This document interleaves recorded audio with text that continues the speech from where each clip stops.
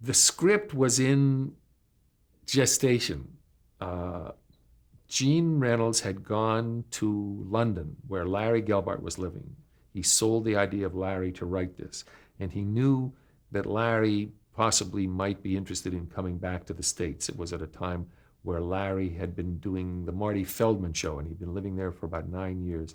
And somehow Gene knew through mutual friends that perhaps if the right opportunity came, he might come back. And so Gene went to London and worked with Larry for a week or two to evolve a story, a treatment, which I saw in treatment form, outline form. And then Gene came home and we began to work while Larry stayed in London with his other commitments. And So with the outline, you began to cast? yeah, well, you're doing the outline, but more importantly and more valuably, you have a feature film. You've got an existing film which has been enormously successful, in which you have some very good actors who, of course, you're not going to be able to hire in this instance, but still you have certain images. You have it has sprung off the outline form. And you begin to have visions of a lot of other things that only having seen that film can provide you. So, So you had seen the film? oh yeah, sure. So that's what we began working from, and there was a casting director who was assigned to the show, to the pilot as well. Do you remember that? His name was Bill Kinney, Kinney, and he was very helpful. But a lot of it, Gene and I were sitting and kibitzing and making notes and lists and stuff, and then ultimately a lot of actors were tested, actually for the role of Trapper.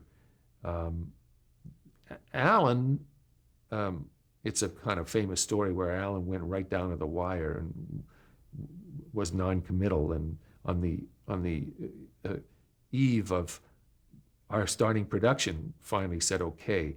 Earlier, his agent had come in and told Gene, and then came and told me that Alan Alda might be interested in this, and our ears perked up to that, and so we were on that track in the hopes of getting him, while Larry sits in London writing, or in this case, as Larry would be the first to tell you, not writing, because he had a lot of other things going on. And this story is very well known that finally, as production was looming ever closer, he and Gene would talk on the phone, and Gene was saying, in essence, "How about it? Where is it?"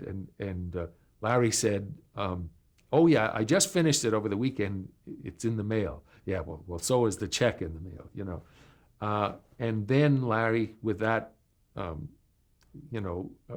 specific obligation staring him smack in the face, sat down in a few days, wrote this script, which ultimately we shot. So Larry Gelbart was writing it, but really you and Gene Reynolds were the two that were putting it together. Yes, Larry wasn't involved in any of that, and he'd be the first to acknowledge that. He came over when the cast was, he knew what was going on, but Alan was probably the only one he ever even knew who they were. Well, we thought it was special for the same reason that Alan Alda decided to say, yes, I'll do it. And that is because we weren't going to do McHale's Navy. We weren't going to do a show about those zany doctors up at the front and all the fun and games and antics of war and how much fun it is. We really wanted to delve into the insanity of war, and that became really the kind of capsulized credo for the whole series, that the fact that the doctors went insane in order to not go insane. That they did insane things so as to kind of try to forget or put off or distance themselves from all the true insanity that was going on around them.